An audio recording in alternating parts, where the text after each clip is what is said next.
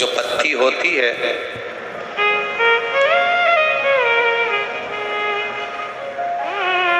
शमी की जो पत्ती होती है,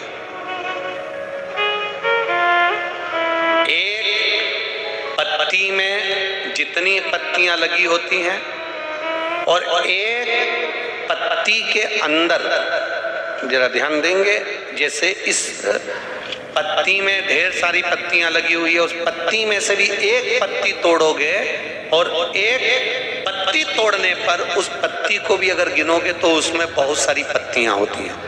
आज प्रयास करना, अगर कहीं आपको शमी की पत्ती मिले तो जैसे ये पत्ती, इस पत्ती को तोड़ा गया, इस पत्ती में से एक पत्ती निकाली गई और एक पत्ती निकालकर आप धीरे से रखना और उसमें भी बारीक बारीक बारीक बारीक बारीक बारीक बहुत सारी पत्तियां नजर आती हैं। शिव महापुराण की कथा कहती है, जो सोमवार की अष्टमी हो या प्रदोष का व्रत हो या 12 महीने की शिवरात्रि हो या किसी भी दिन प्रदोष काल के अंतर्गत शंकर भगवान को एक शमी का पत्ता कोई भूलवश भी समर्पित कर देता है तो जितनी एक पत्ती में पत्तियां होती हैं और उस पत्ती के अंदर भी एक पत्ती को तोड़ने के बाद जितनी पत्तियां होती है उतने जन्म मृत्यु लोक में मनुष्य के नहीं होते। 84 लाख योनियों में से वो योनियां कट जाती हैं और देव योनि प्राप्त हो जाती है। एक शमी पत्र की इतनी महत्वता है,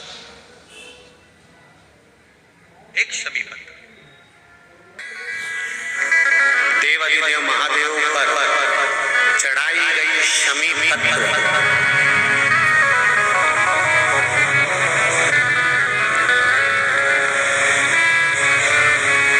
शंकर भगवान पर चढ़ाई गई शमी पत्र आस्तिक मुनि का नाम लेकर, कौन से मुनि?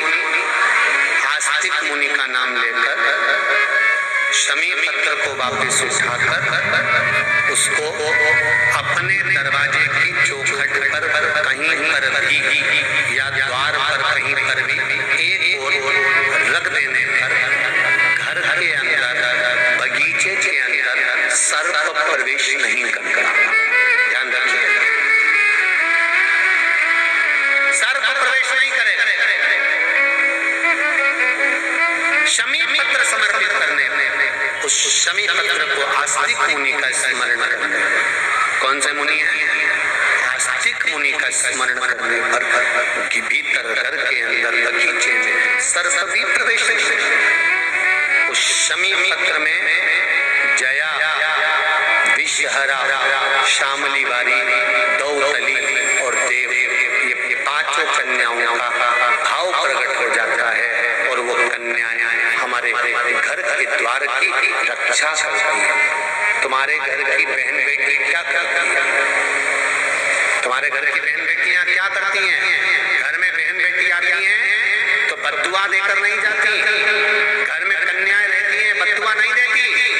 घर की बेटियां जब दरवाजा छोड़कर शादी कर वाले दिन, विदाई के दिन अगर जाती हुई हैं तो बेटियां हाथ में धान भर कर फेंक कर जाती हैं कि मेरा मायका खूब फले फूले आगे बढ़े। छापे लगाकर चली जाती हैं कि हमने हमारी जीवन की सारी दौलत, जीवन का सारा सुख अपने मायके में दे दिया है। वो बेटियां तो जया, विषहरा, शामली बारी, दौतली, देव, ये उस घर में निवास करती हैं जिससे ये घर में हम रक्षा कर सकते हैं।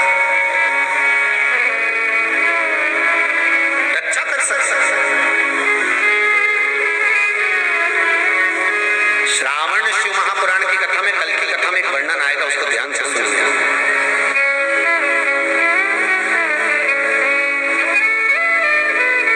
श्री शिवाय नमस्तुभ्यम। दोस्तों, प्लीज़ मेरे चैनल का सपोर्ट करते रहें और मेरे चैनल के जितने भी वीडियो हैं प्लीज़ उनको शेयर भी करते रहें और लाइक सब्सक्राइब ज़रूर करें।